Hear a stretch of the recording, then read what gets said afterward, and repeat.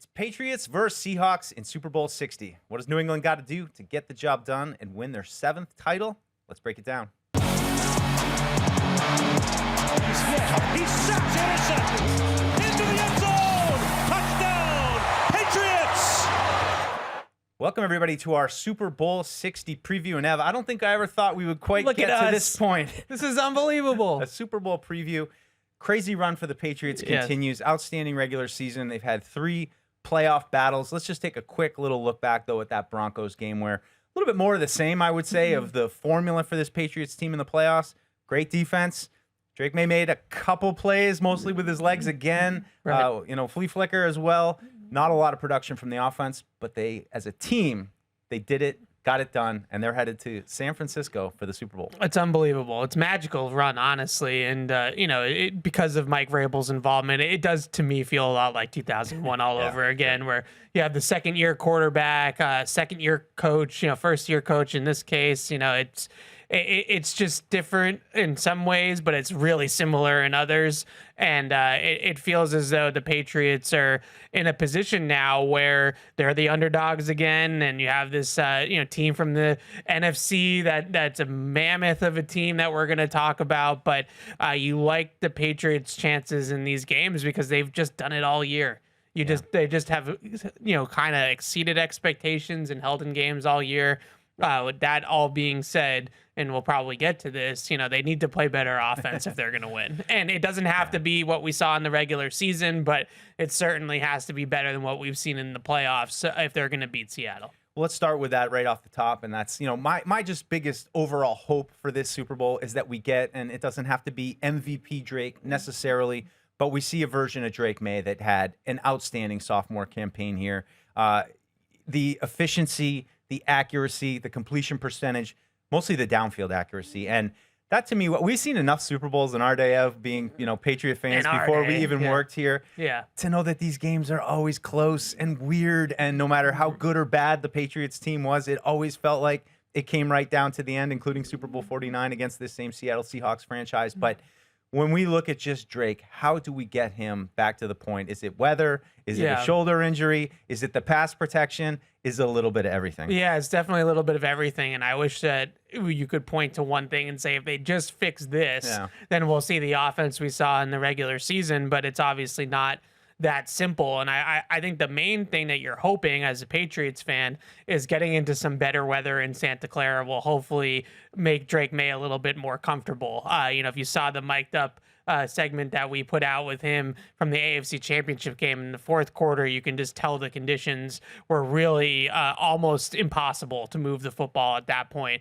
I don't think it will be like that at Levi's Stadium on Super Bowl Sunday, fingers crossed. So that's definitely a huge part of it. Obviously, the defenses he's going up against isn't going to get any easier, and that's been a huge part of it as well. But better weather, better conditions, more conditions that he's used to as a North Carolina kid, like hopefully that unlocks a little bit more of the Drake Maye we saw during the regular season. I'm not too concerned about the shoulder. Like, I don't watch his film and think this is a guy that's playing injured or hurt. I look at it as a guy that's, maybe regressed in a few areas in terms of footwork, timing, maybe just a little bit indecisive on some throws where you're so used to him just kind of playing loose and ripping the ball. And now he's kind of second guessing himself or hesitating.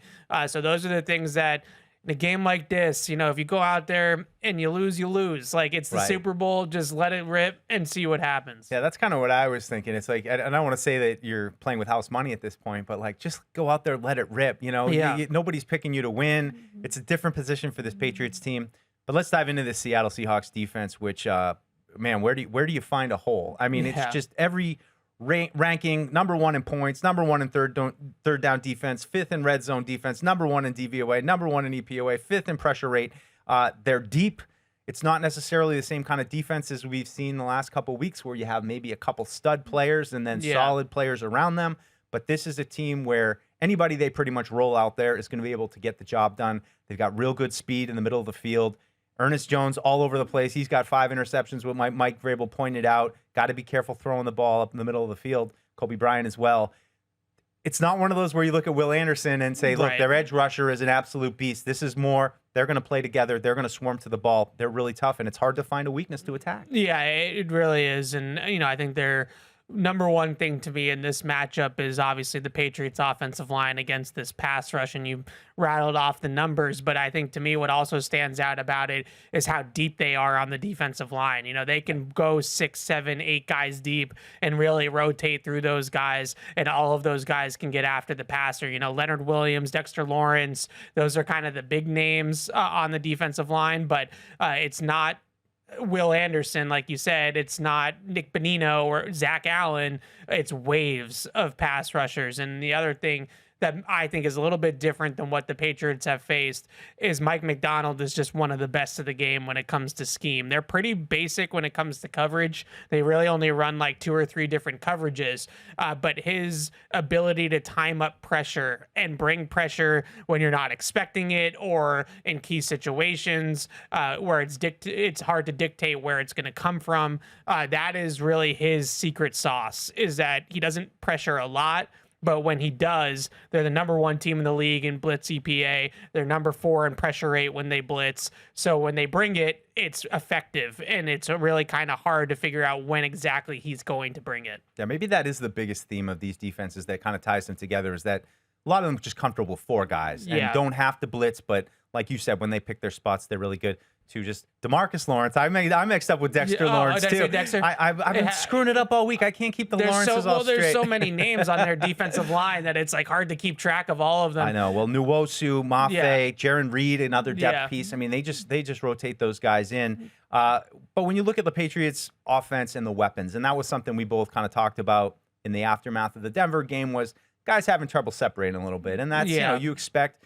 You got guys like Surtain on the outside. It's going to be hard to find separation against those guys. But I think you need to find more out of this offensive group. And maybe it's a little more out of Hunter Henry. Maybe it's a little bit more out of Mac Hollins, who came back last week and did chip in a couple of plays. But you could see them taking away that deep shot to Kayshon Boutte, which has been such a part of this offense this year. Maybe Kyle Williams, maybe he gets loose down the sidelines.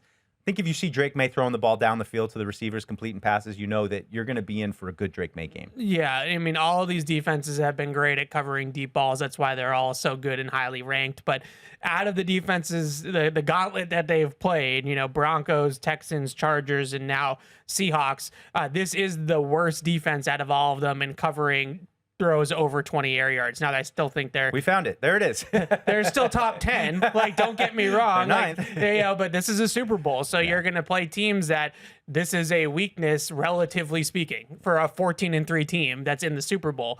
But I think that there's a couple of guys, I always look for, who's Waldo, right? Who's the one guy that you can attack? Last week it was Riley Moss. I didn't think they attacked him enough.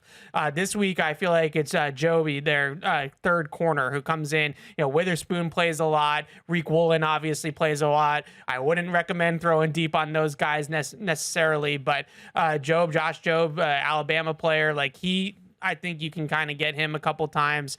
I went back and watched the game in week 16 against the Rams that went to overtime. That was a shootout. And in that game, you feel a little bit more at ease about, okay, there are some openings in these zones when you start to block well and can pick those stunts that they do a lot up front up and things like that. So, you look at some of the concepts that they ran, the in-breaking routes, of course, over the middle of the field, where Puka Nacua did get loose a couple times and hit some really big plays against them. So I watched the NFC Championship game, Deuce, and I was like, this doesn't give me much confidence because, Adams and Nacua just played out of their minds and were just making great plays on the ball.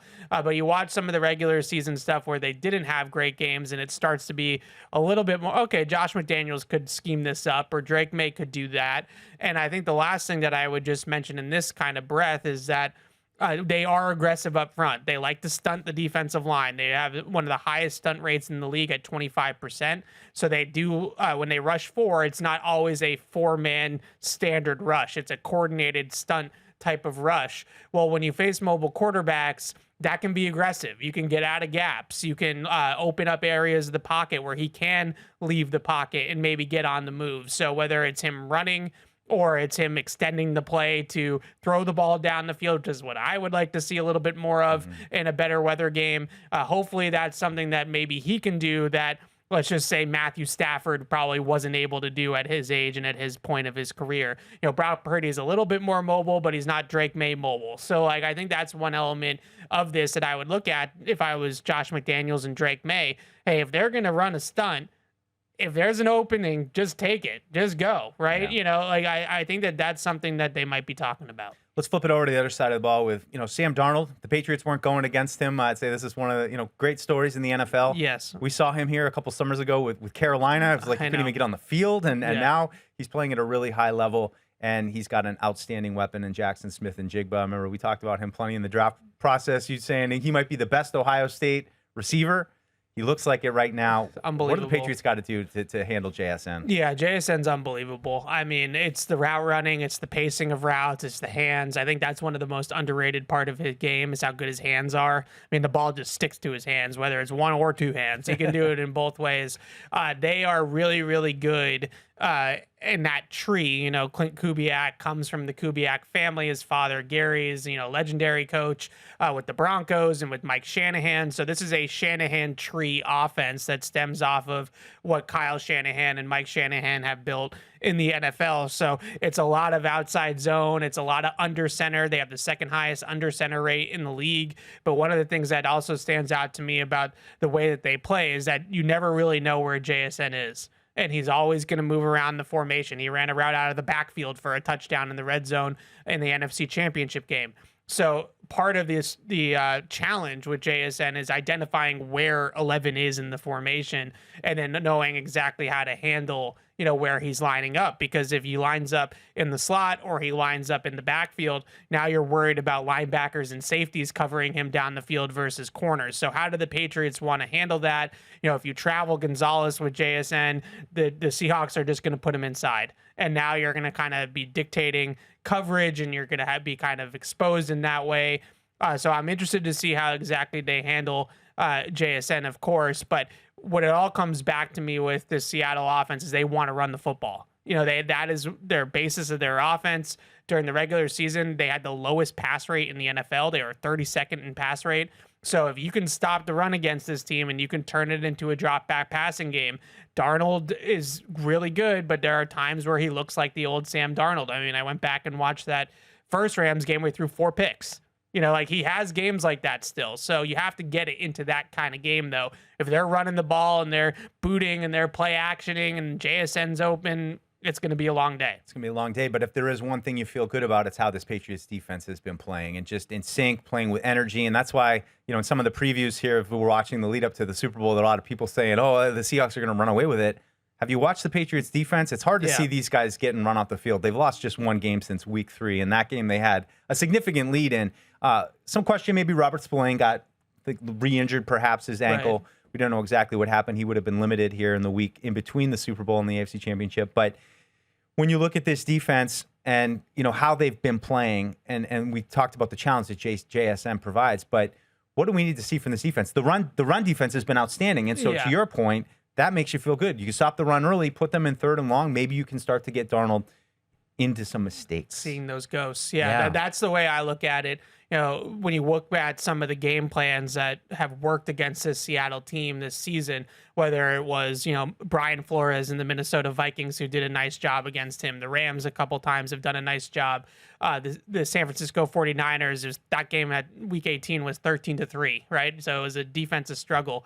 When you look at those games, they're putting 5 or 6 guys up on the line of scrimmage on first down. And they are, when you play these outside zone teams, if you can get guys outside the tackles and then you kind of push the ball back inside, or you can stop the run from being out, on the edge with those stretch runs, that gets 1st and 10 becomes 2nd and 9. And that's the world you want to live in with this Seahawks offense. So when I watched, it was funny. I watched the Vikings game with Flores, and Flores just dusted off the Super Bowl 53 game plan. It was the exact same game plan they used against Jared Goff and Sean McVay in the Super Bowl. It's, those 6-1 fronts with 6 guys up on the line, the 2 high safeties, and we're playing quarters, or, you're rotating into cover 3. And it was all just stop the run, no shots off play action. Let's get this game into third down and let's cook it up. You know, like that's really exactly what Brian Flores was able to do.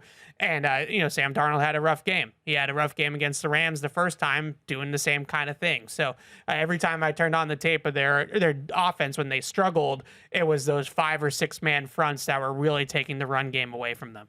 Just generally speaking about the Super Bowl, and again, like we've seen so many, I struggle to see this not coming down to the very end. And and you need a stop or you need a drive. And it's both quarterbacks are kind of question marks. And I would say for a large portion of the year, Drake Maye right there with how Sam Darnold has played, probably above that. Is it really just going to come down to which quarterback plays better? Because I think having watched the Super Bowls, that's usually what the simple math is of these big games. Yeah, I think if I'm the Patriots, and one of the other kind of hidden stats within this matchup is that both teams don't run a ton of plays in games. Both teams really kind of want to shorten games.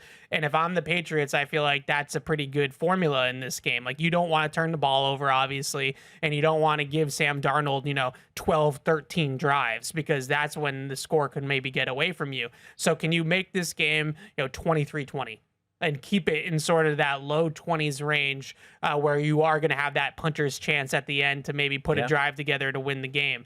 I think if you get into the 30s against this team, that's where I'd be worried with the Patriots offense and the way it's looked for them offensively this year, if they're going to have enough. But defensively, they've done enough. And I don't think, the one thing that gives me hope in this game from a Patriots perspective is this is not a all-time great quarterback that you're going up against. This is, if they had played the Rams and Stafford, you might have felt that way. If you had played a Josh Allen in the playoffs or a Mahomes in the playoffs or something like that, it would have been that kind of matchup. But I do think Darnold is beatable. I do think their offense is beatable. It's Darnold, it's run game, it's JSN. And if you can kind of take that stuff away, then I think you have a chance to keep them 17, 20 points, somewhere around there, and then that's going to give Drake Maye a chance. Well, there you have it, folks. Our final game preview of the year, Super Bowl 60 already. Patriots, Seahawks, and of course, Evan and I, don't worry, win or lose, we'll be right back in a couple of weeks. We're off to the Combine. The offseason begins not too long afterwards, but in the meantime, enjoy the big game.